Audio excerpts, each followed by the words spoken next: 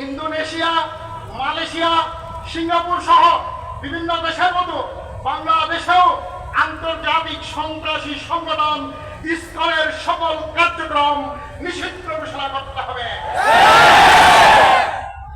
Number 2, পবিত্র কোরআন অবমাননা, মহানবী সাল্লাল্লাহু আলাইহি ওয়াসাল্লামের কটূক্তি সহ ইসলামী বিধিবিধানের অবমাননা সমালোচনা বন্ধ করতে বিশ্বের 69টি দেশের মতো বাংলাদেশেও ব্লাসফেমি আইন ফাঁস করতে হবে।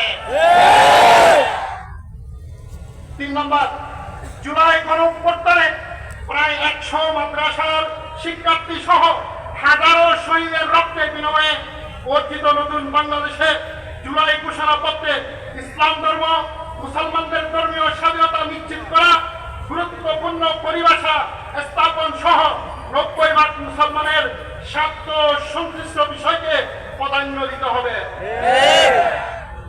4 নম্বর, দেশের আগামী ভবিষ্যৎ আমাদের শিশুদের সঠিক ধর্মীয় শিক্ষা নিশ্চিত করতে দেশের প্রায় 1,20,000 প্রাথমিক বিদ্যালয়ে একজন করে ধর্ম শিক্ষক অবিলম্বে নিয়োগ দিতে হবে।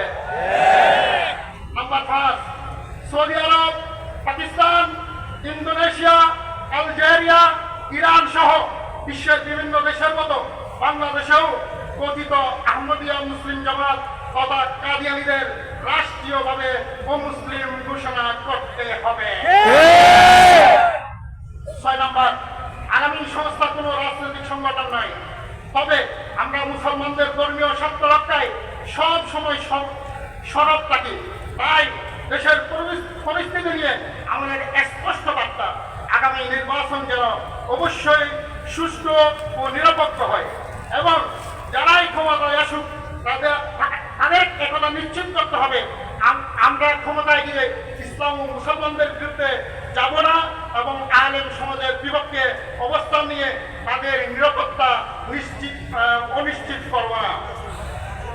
নাম্বার 7, চিহ্নিত মুসলিম বিরোধী পশ্চিমা দেশগুলোর পরিবর্তে তুরস্ক, পাকিস্তান, আফগানিস্তান, মধ্যপ্রাচ্যের উন্নত দেশগুলোর সাথে কূটনীতিক, সামরিক, ব্যবসায়িক, উচ্চ শিক্ষা সম্পর্ক উন্নয়ন করতে হবে।